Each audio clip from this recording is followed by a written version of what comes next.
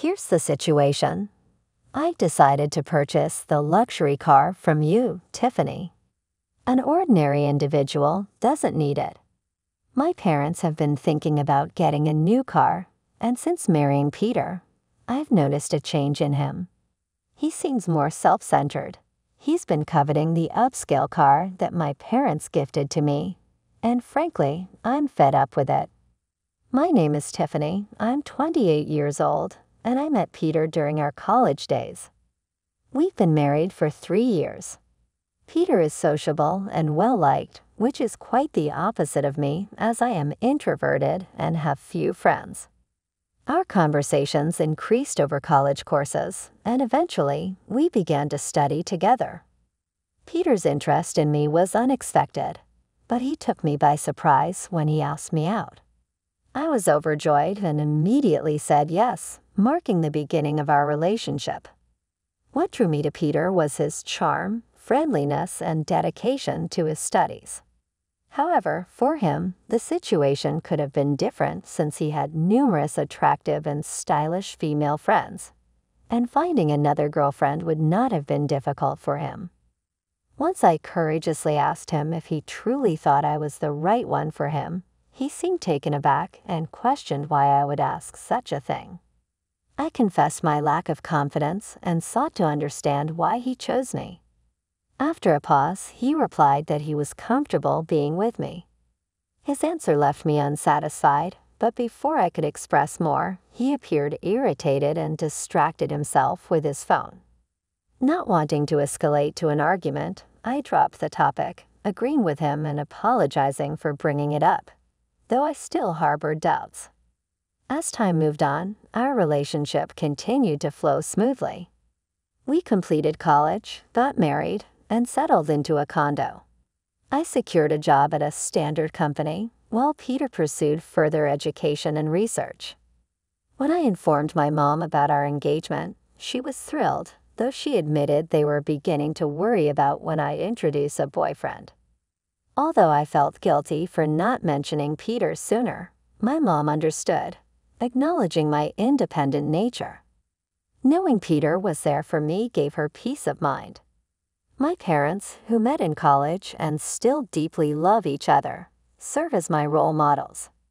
My dad diligently worked his way up at a large company, while my mom supported him and also followed her culinary passions, becoming quite skilled at it. My parents have always respected each other's boundaries and supported each other's passions, like my mom, who now teaches cooking classes. Growing up in such an environment, I learned the value of independence early on. Although I was only really skilled at studying, I chose not to pursue graduate school because I wanted to be self-reliant and start my own life. Despite coming from a well-off family, I was determined not to lean on them indefinitely. I aspired to build a family like the one I grew up in and make my parents proud, possibly by having children someday.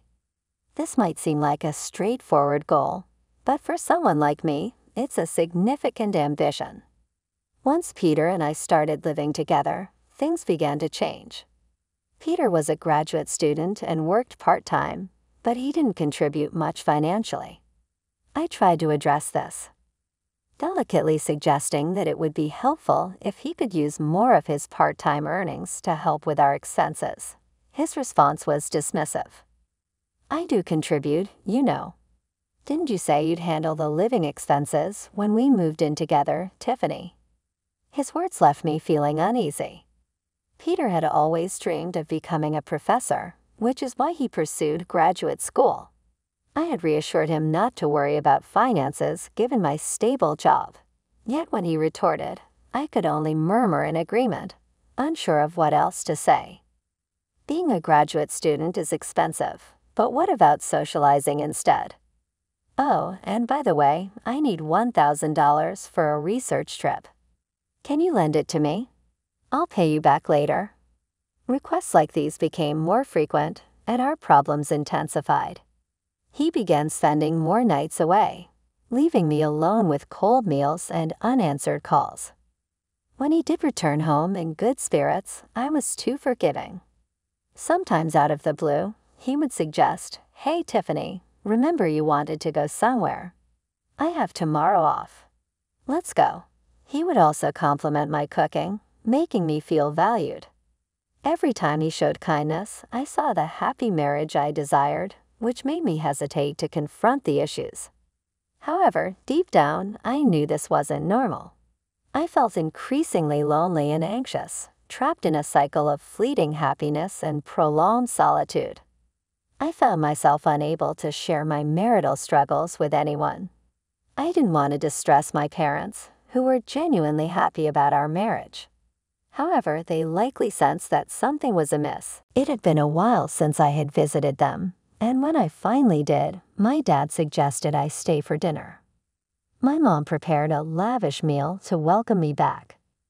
During the meal, my dad brought up that my Aunt Lori had recently visited and expressed a desire to see me.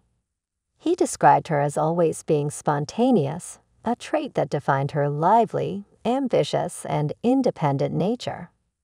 "I'll reach out to her soon, thanks, Dad," I replied, appreciating their subtle way of reconnecting me with family support. Dad reminisced about how much Aunt Lori cared for me and how she playfully lamented that Peter had stolen me, even though she had never intended to marry before I met Peter. Lori was more of a confidant than an aunt. I could discuss things with her that I couldn't with my parents.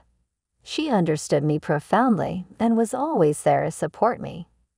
Initially, I had been too timid to discuss my relationship with Peter with her, but now I was eager to reconnect. A few days after I visited with my parents, I met Lori at a cave. She was as stylish as ever.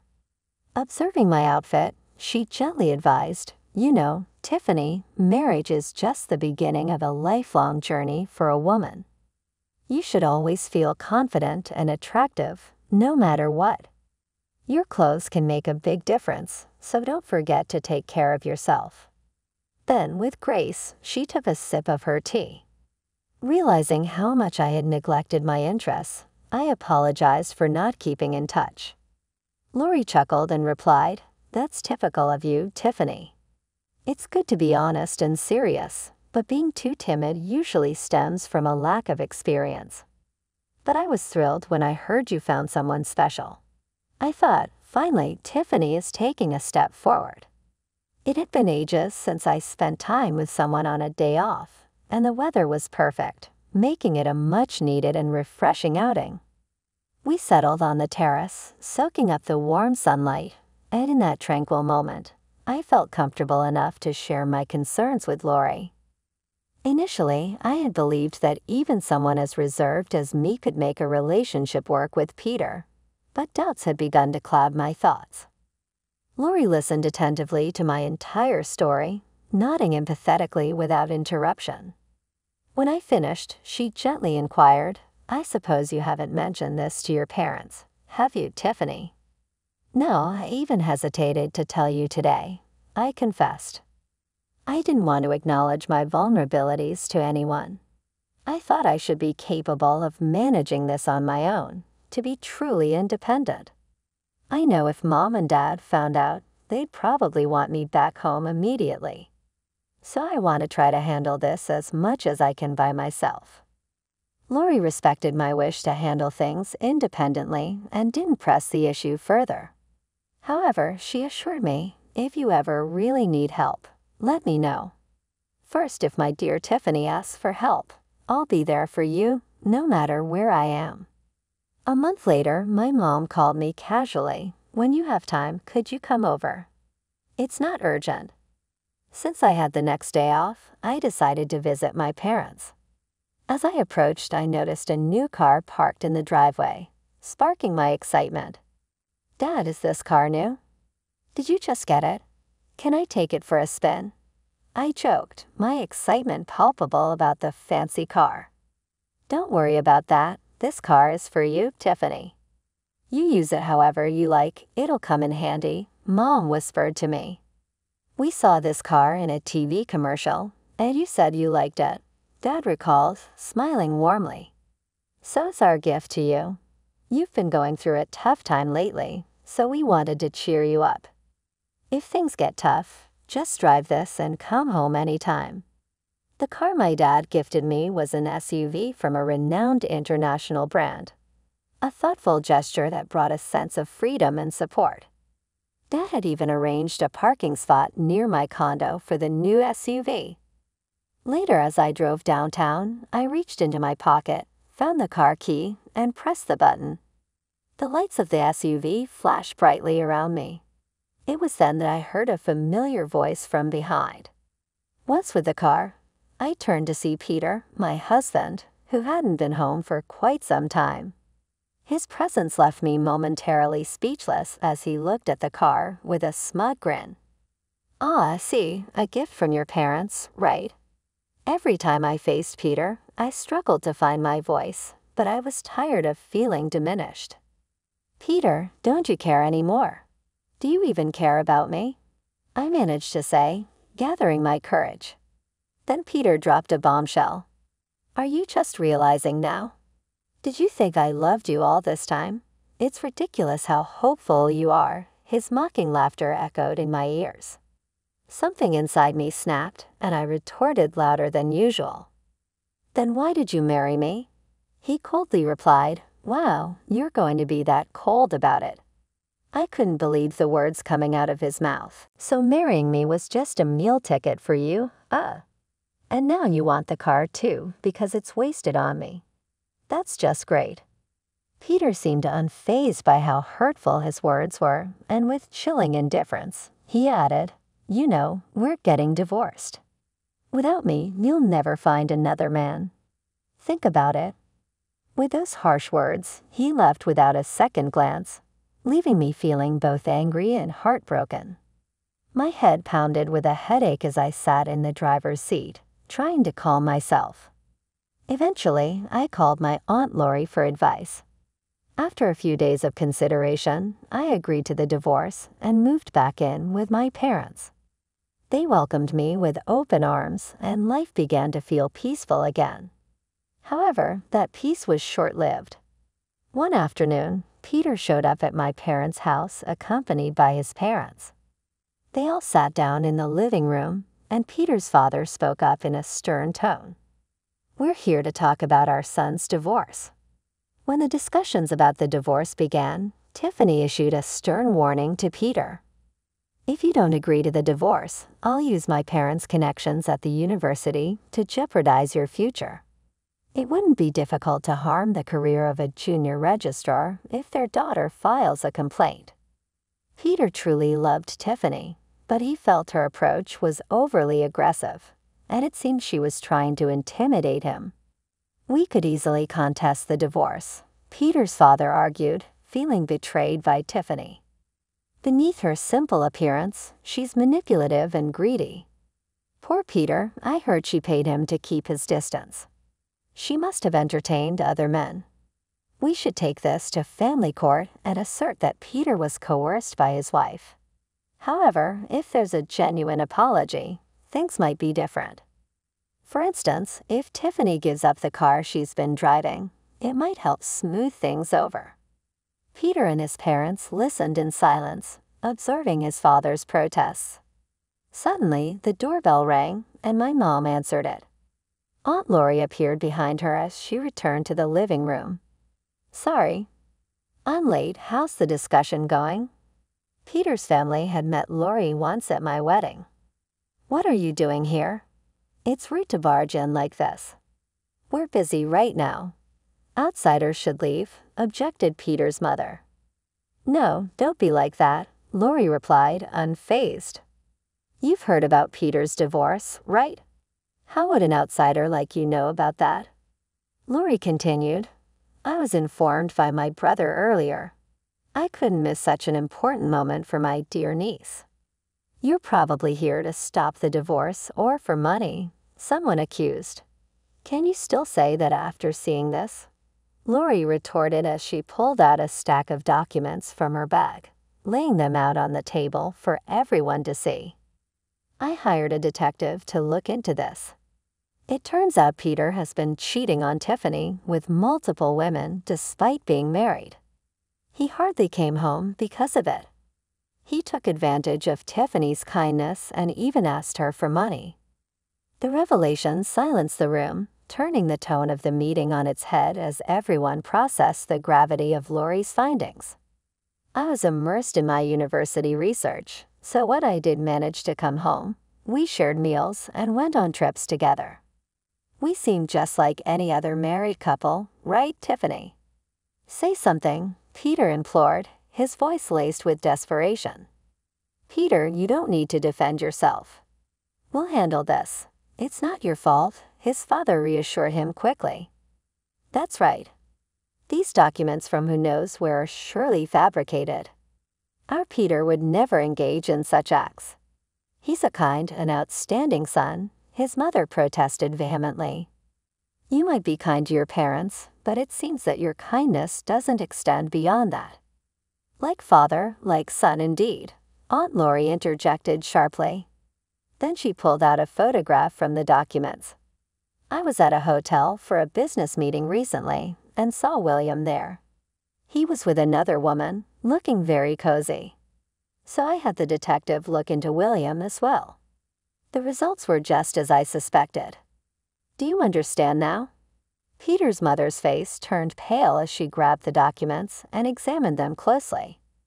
What is this, William? How long has this been going on? It's all lies, isn't it? She demanded, her voice trembling. Kayla, stop looking, give me that. William, looking panicked, tried to snatch the documents, but it was too late. Kayla, visibly distraught, confronted William directly. You've been cheating on me. The car you wanted so badly was for her in these photos, wasn't it? No matter how hard William tried to calm her down, Kayla wouldn't listen. The conversation about Peter's divorce was momentarily forgotten as Kayla stormed out of the house, tears streaming down her face, with William trailing behind her in a futile attempt to explain. Left in the ensuing chaos, Peter blurted out, "Hey, wait. What about me?" and followed them out, equally confused. The rest of us were left in stunned silence. But Aunt Lori had a satisfied look on her face, giving me a knowing wink. It was clear she had anticipated the dramatic unraveling of events, revealing truths that were perhaps long hidden but necessary to confront. After the tumultuous events, Aunt Lori shared with me that Peter's parents had eventually divorced. You won't fall for such a terrible man again. Let's make you more attractive. I'll teach you everything about grooming yourself as a woman, Lori encouraged. Despite her busy schedule, she frequently visited and took me out for meals and shopping trips. During this time, I absorbed a great deal from her and gained a new perspective on self-care and confidence. A year after the divorce, I made a pivotal decision to attend graduate school. I dedicated myself to my studies and personal development, which was a transformative period for me. Time flew by, and one day, while at a street intersection, I heard someone call my name. I turned around to find Peter. It's been a while. You've changed a lot, haven't you? He remarked, a hint of surprise in his tone.